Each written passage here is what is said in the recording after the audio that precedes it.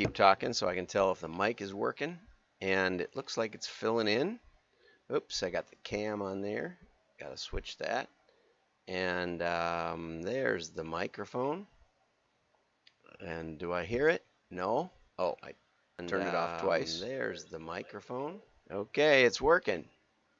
5, 4, 3, 2, 1. I'm John Miglosh with the Wisconsin DMA and the International Society for Strategic Marketing. Well, let's see a perfectly good illustration of digital advertising. Here we go.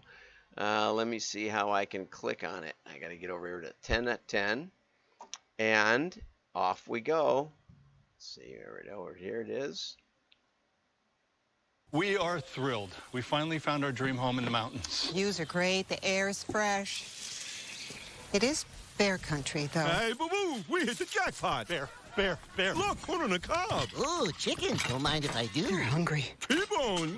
That's what I call a smorgasbord. At least Geico makes bundling our home and car insurance easy. They do save us a ton of money. We'll take the cobbler to go. Good idea, Yogi. Now I'm smarter than the average bear. They're gone, Dad. For bundling made easy, go to geico.com. Okay, so there we see a great application of integrating digital with film where we can bring Yogi the bear back to life, who, had catchy sayings like Yogi Berra. If you come to a fork in the road, take it. I'm not sure if that is connected or not, but I think it was way back somewhere. Okay, now now we're going to go to the serious stuff. Okay, serious, only totally serious stuff. Okay, so here we go. This was a pretty good article by Ray Schultz. And Ray's a longtime industry veteran and that I respect a lot and helped me get into publishing some articles and stuff way back in the day. So the idea is that newspaper print design is misapplied to digital. And it's not 100% clear exactly where this, is there test data? It's not exactly clear.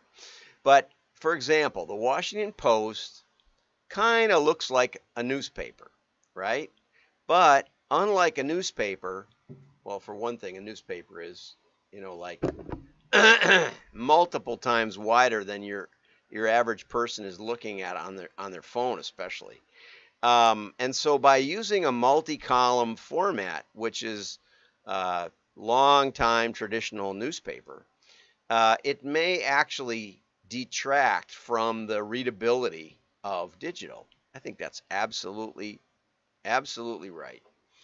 The design of print newspaper developed gradually over generations, largely before the advent of current human-centered theories of perception and design. I would also say that this applies even more so to that one from Yogi, yeah.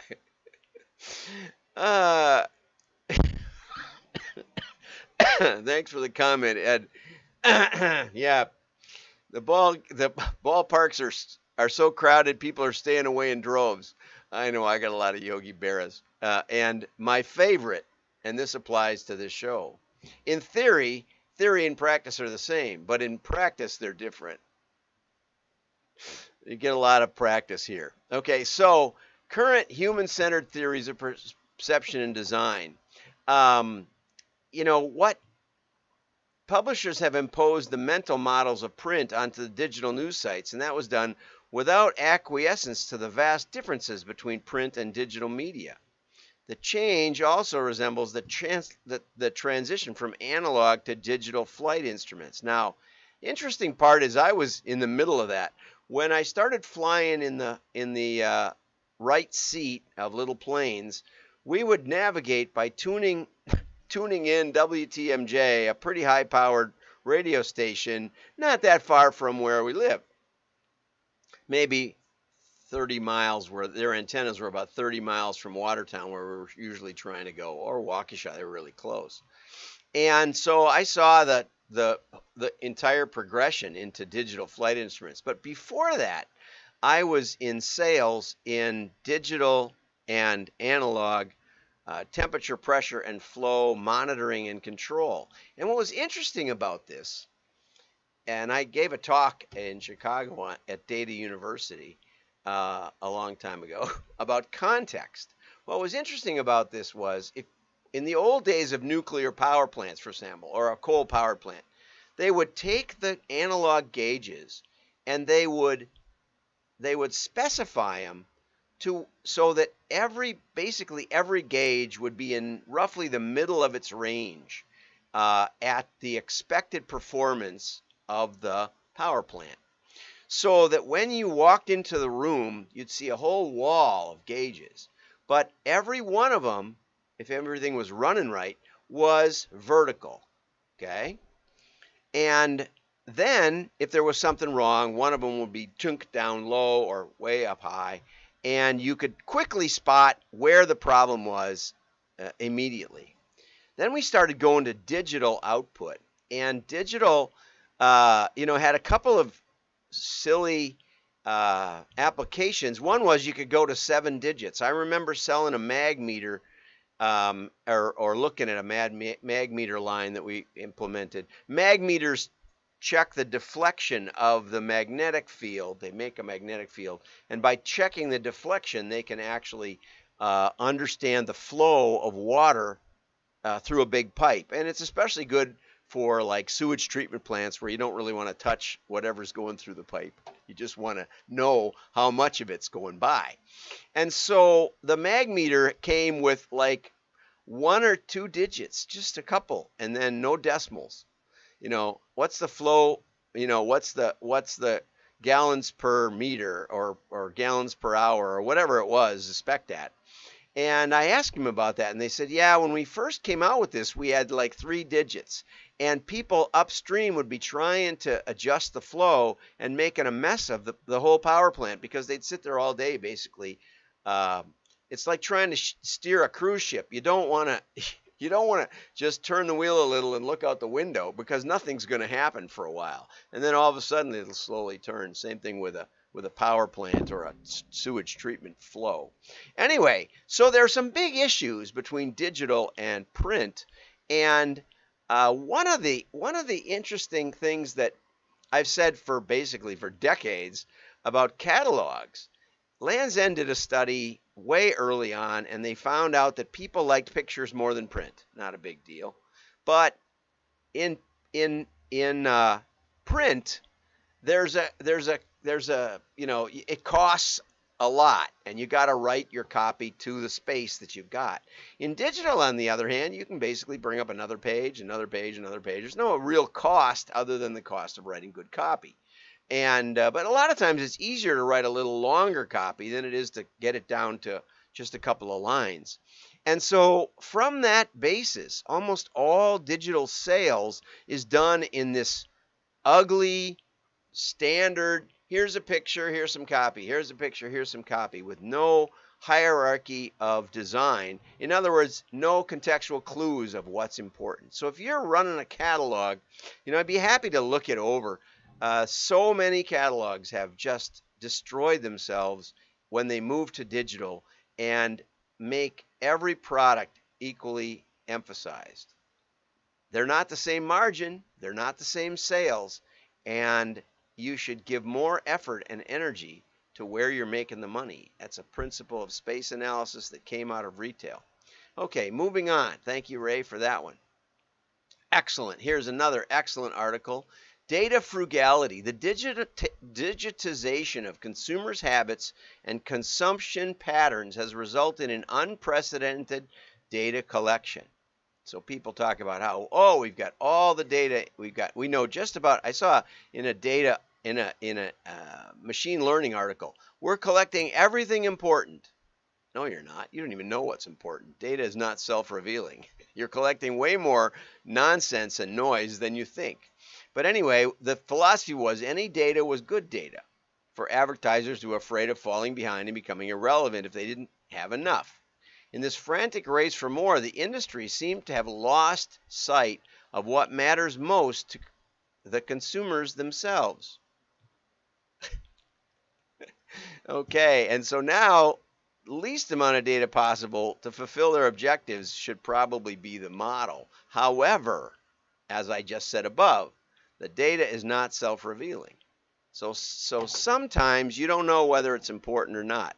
A great example is the werewolf variable, which is the distance between the full moon and the shopping.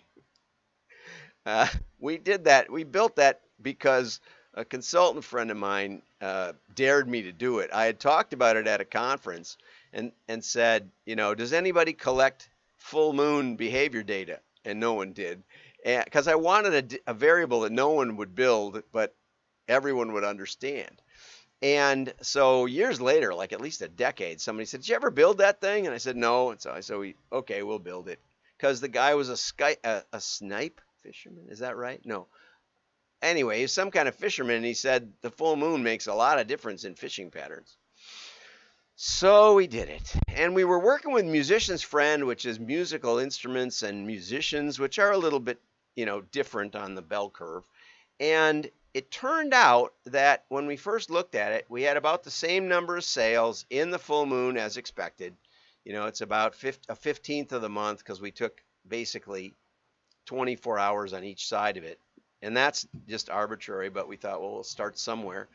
And it turned out that there was about 1/15 of the sales usually in the 1/15 of the month. So no big deal. And then we scored the customers with that variable, and it turned out that there was only 1/30 of the customers in that window. So fewer customers bought during the full moon of musicians, but the sales were the same, which means that the customers in the full moon period, the full moon werewolf customers, were double the value of the average customer. And that's a powerful lesson. Because now with digital, you could actually target them during the full moon period and see what happens. Would be the next test. I'm not saying it'll work for you. Oftentimes, more complicated group decision type purchases like furniture, it didn't work at all. But the more impulsive, the more likely. And so it has worked for several of our clients, but few have leveraged it because usually the email department and the digital department is in another building or somewhere, maybe in another continent. So anyway, many third-party cookie-derived audiences are neither accurate nor really insightful, which translates into a lot of work for too little rewards. It's fine. It's great that somebody's finally saying this. This is just amazing. One thing that will help us move in the right direction is implementing a stricter discipline on the way data is weighed and collected. See, one of the fun things about our machine system, rather than being pure AI, which basically doesn't tell you which variables are getting engaged for any particular selection, our system uses about 500 variables, and you can see whether a variable comes up. You can see how it ranks at the top of the model. You can see whether it comes out, at the edges and the fringes of the model. So you get a pretty good feel of what the value of that variable creation is. And a lot of times, most of the time, it's not much. There are very few really good variables, but they can change from month to month and season to season. And that's why you want to keep a very broad retinue of variables available. And you want a modeling system that lets you know what's working. And very few do. Regression boils it down to only the fewest possible variables, often eliminating hints that could be breakthroughs at some other spot in the model where you see the anomalies. And AI throws everything at the wall, but you don't know quite what it's doing. And most of the time, modelers won't tell you what's going on anyway. Okay, so we should only use information that's recent or rare or reliable. That's a pretty good motto. Use recent, rare, or completely reliable. And the recent mainly gets to the idea that, if you just Googled garage doors, you might be in the market for a garage door, or you might want to fix yours. It's not obvious. There's not much context to a search, right?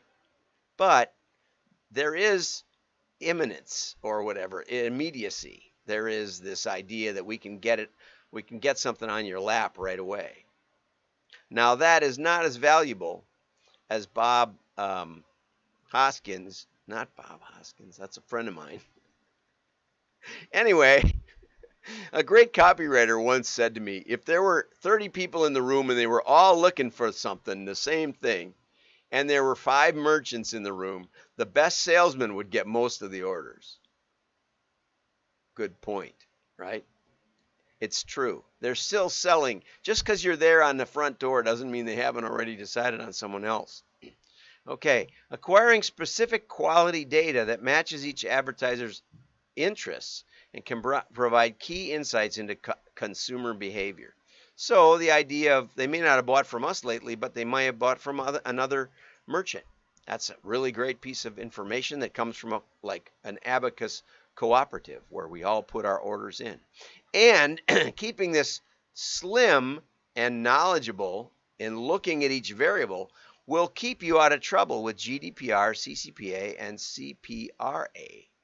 So there's a great incentive for you in terms of compliance to limit the amount of spurious, noisy variables. By leveraging first-party data combined with advanced contextual and location targeting, for example, we were still able to deliver relevant advertising that will engage our audiences. Right. So you find out more or less the kind of person you're looking for, and then, how are they driving by the store? Makes perfect sense. So, Augustine Amon, I'll reach out to you. I love your article. That's enough for today. I got a great article for tomorrow. I promised it today, but I wanted to give this one enough due. So don't look for all the data. Look for meaningful data, and then look for a modeling system that can reveal the meaning. I'm John Miglosh. Don't forget the 27th of May, our DM May meetup, 2 o'clock, 27th of May. Go over to wdma.org, and you'll see up in the upper right corner, you'll see a button for that. And if you're in the Dallas area, I'm coming down to Dallas this week, and Monday we'll be meeting at the DFW Lakes Hilton at Bonnie and Clyde's down in the lobby. So get over there and we'll have a beer. It's no charge, no nothing. We'll talk direct marketing or whatever else you want to talk about. So 6 p.m. on Monday the 24th. Like and share your